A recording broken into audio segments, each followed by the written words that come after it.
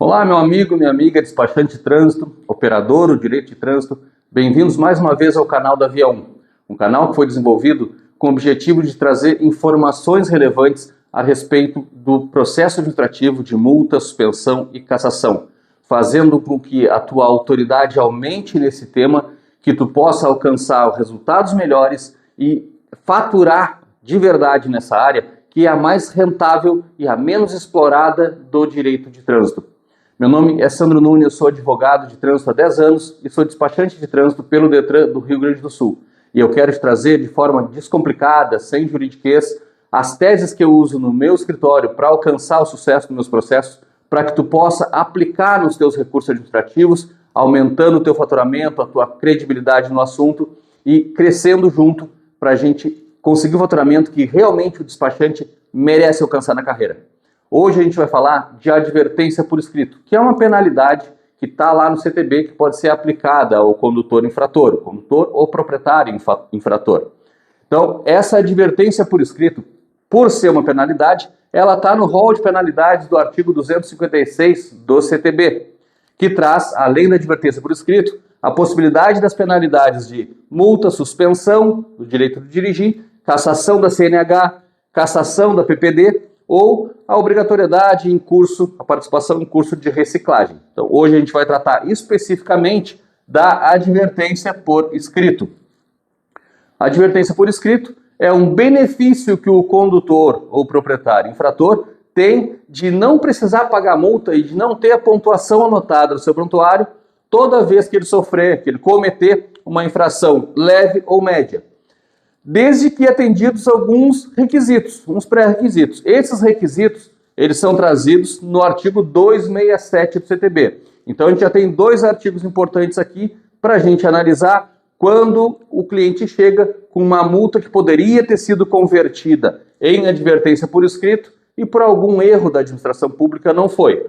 Ela está prevista no artigo 256 e delimitada, esclarecida, esmiuçada pelo artigo 267 do CTB. Esse aqui é o artigo mais importante.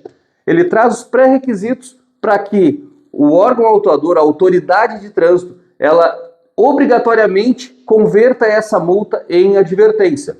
O primeiro requisito é que existe uma obrigatoriedade de que a autoridade de trânsito faça essa conversão. Além da obrigatoriedade que a autoridade de trânsito tem em fazer essa conversão, é preciso que essa multa seja de natureza leve ou média. E, por último, que o condutor não seja reincidente nos últimos 12 meses em qualquer, e isso é importante, em qualquer infração. Por que é importante? Porque esses pré-requisitos eles foram alterados pela Lei 14.071, que entrou em vigor em 2022, em abril de 2022. Essa alteração que essa lei trouxe para o artigo 267, ela trouxe benefícios e malefícios para o proprietário ou condutor infrator. Um dos benefícios foi trazer essa obrigatoriedade, porque antes, pela redação antiga desse artigo, a autoridade de trânsito ela tinha o poder discricionário. O que isso quer dizer? Ela podia escolher entre converter ou não a multa em advertência. O artigo dizia que poderá ser imposta a penalidade de advertência por escrito a infração de natureza leve ou média, passível de ser punida com multa, não sendo reincidente o infrator na mesma infração nos últimos 12 meses. Então aí, o fato de a autoridade, antigamente, poder converter, ela tinha a escolha de não converter. Agora ela tem obrigatoriedade. Ela é obrigada a converter essa multa média ou leve em advertência por escrito. No entanto, quando se fala na reincidência, a antiga redação dizia que ele só não teria direito a esse benefício se ele fosse reincidente na mesma infração que ele cometeu agora. E a alteração que a lei trouxe foi, agora, em qualquer multa que ele seja reincidente, que ele tenha cometido nos últimos 12 meses, tira dele o direito do benefício, de ter essa multa convertida em advertência. Então, esse foi o malefício que essa lei trouxe para esse artigo, o 267 do CTB.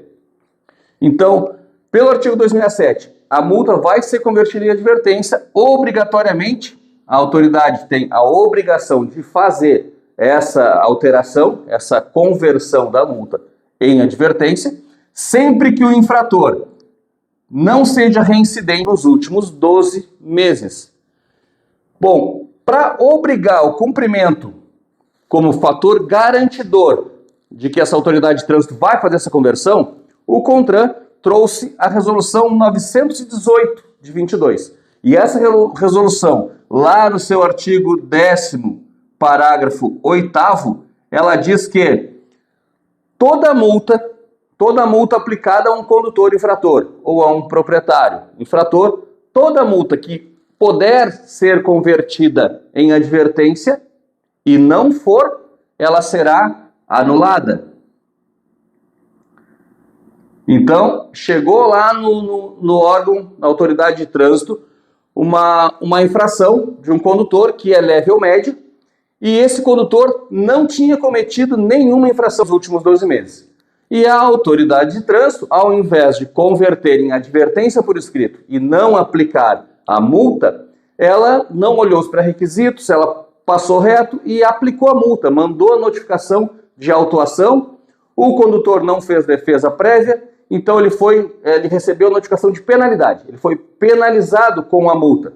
Essa multa, se ele não faz a defesa na notificação de penalidade e ele é realmente multado, é aplicada a pena de multa para ele, essa pena de multa é nula pela resolução 918, porque ela poderia ter sido convertida em advertência e não foi. E isso agora é obrigação da autoridade de trânsito. Não depende mais de pedido do condutor. Ele não tem mais que fazer um pedido para, olha, eu me enquadro nos requisitos da conversão em advertência, por isso eu não quero ser multado. Isso não existe mais desde 2021. Então, se a autoridade de trânsito não cumpriu com a obrigação de converter e multou esse condutor, essa multa é totalmente nula. E do que isso nos ajuda na prática num processo administrativo. Eu te trouxe um exemplo aqui que chegou no meu escritório e não foi uma só vez. E é comum de acontecer. Chegou um cliente no meu escritório com uma suspensão. Ele tinha recebido a notificação de instauração de um processo de suspensão do direito de dirigir dele. O que a gente sempre tem que fazer quando recebe um cliente com um problema de suspensão, que está respondendo um processo, um PSDD, tá? Primeira coisa que a gente tem que fazer, ver se foi por pontuação, por soma de pontos, ou se foi por alguma multa autossuspensiva. Nesse caso, a gente aplica quando a suspensão é originada de um processo por somatório de pontos. Nesse caso, nesse exemplo que eu trouxe aqui, meu cliente chegou com a suspensão e eu fui analisar o motivo da suspensão. Esse somatório de pontos, analisar a multa que ele tomou para gerar essa pontuação e instaurar o processo de suspensão. Analisando essas multas, eu percebi que em uma única autuação, em uma única vez, uma única situação, o agente de trânsito autuou ele por 4 infrações diferentes. Essas infrações eram 2 de 7 pontos por avançar o sinal vermelho e por não esperar a passagem de um pedestre na faixa de pedestres desse sinal vermelho, 2 multas de 7 pontos gravíssimas, e 2 de 4 pontos. Uma porque a luz da placa dele supostamente estaria apagada e outra porque ele estaria com o braço para fora do veículo. Nessa situação, ele somou aqui 22 pontos. A gente sabe que o limite hoje é um limite variável para que por pontuação se instaure a suspensão de um condutor. Então, nós temos 39 pontos de limite, como a gente sabe, para não instaurar o PCDD. No entanto, se ele cometer uma infração gravíssima no período de 12 meses, para somar nessa pontuação, uma gravíssima, o limite dele vai cair de 39 para 29. E com 2 infrações gravíssimas nesse período de 12 meses, a pontuação dele limite vai cair de 29 para 19 pontos, para que ele não responda o processo de suspensão. No caso aqui que eu trouxe de exemplo, a pontuação dele somou com essas infrações, numa mesma situação, somasse 22 pontos. Bomba! Se ele cometeu 2 multas gravíssimas, o limite dele passaria para 19 pontos para que ele não fosse suspenso, não respondesse o processo de suspensão. E ele atingiu os 22, logo o motivo da instauração de um PSDD. Bom, o profissional que ele contratou na época dessas infrações, ele fez todo o processo administrativo das multas. Então ele fez, quando recebida a notificação de autuação, ele fez a defesa prévia, depois recebida a notificação de penalidade, ele fez o recurso para a Jari, ele fez o recurso para o CETRAN, e nenhum deles ele conseguiu sucesso, e acabou o processo com a imposição da penalidade para esse somatório de pontos, que é a instauração de um PSDD. Quando ele me procurou com PSDD e eu fui analisar estas infrações, eu reparei que esta primeira infração, que é uma infração média de 4 pontos, ela foi a primeira infração média que ele tinha recebido no período de 12 meses. Então, obrigatoriamente, a autoridade de trânsito deveria ter convertido essa multa em advertência por escrito. Logo, não fazendo o que a lei lhe obriga, a autoridade de trânsito aplicou a multa, ao invés de converter em advertência, e essa multa pela resolução 918 de 22 do CONTRAN, ela é nula. Então, o que a gente teve que fazer no processo de suspensão? Apontar para a autoridade de trânsito, olha só, ele foi multado numa infração leve. Ah, mas essa infração leve foi somada a tantas outras que ele cometeu no mesmo momento. Não interessa. Se essa leve, que é a primeira que foi apontada, não tinha nenhuma reincidência no período de 12 meses, ela obrigatoriamente deveria se transformar, ser convertida em uma advertência por escrito, e não está somando na pontuação para instauração no processo de PSDD.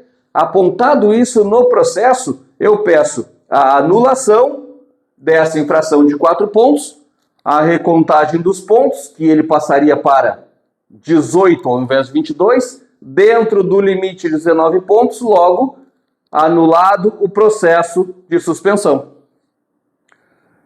É certo que a autoridade de trânsito, que o CETRAN, que a Jari, é certo que eles vão admitir esse tipo de recurso?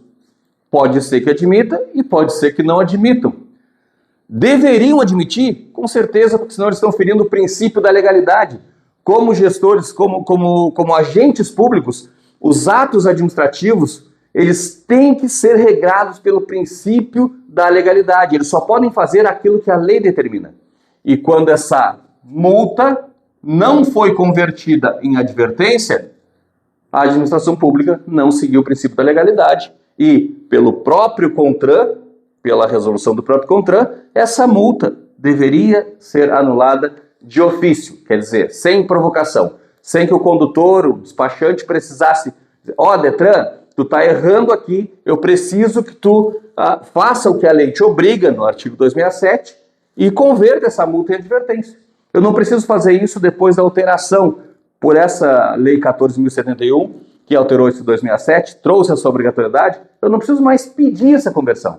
Isso tem que ser feito de ofício, sem provocação, sem pedido. A autoridade de trânsito é obrigada a fazer. Quando não fez, a consequência desse erro chegou a um PSDD, que tem que ser anulado pelo princípio, por desrespeito ao princípio da legalidade, por desrespeito ao que diz a própria resolução do próprio CONTRAN que manda anular essa multa, essa infração. Então, isso serve para ver que quando se atende um cliente, principalmente com PSDD, e esse PSDD é por pontuação, e a gente olha aqui como esse despachante olhou todo o processo e não enxergou a forma como anular essa infração aqui, essa multa que geraria a suspensão, a gente tem que analisar multa por multa e achar o erro administrativo, o vício no procedimento de qualquer uma delas, o que vai por cadeia derrubar qualquer processo de suspensão ou de cassação de CNH, de PPD. Então, conhecendo esses detalhes, esses atalhos do direito de trânsito, para se aplicar ao processo administrativo, um tema que parece simples de ser visto e simples de ser entendido, ele pode ser aplicado da forma correta, conseguir a anulação, o arquivamento de um processo de suspensão ou de cassação.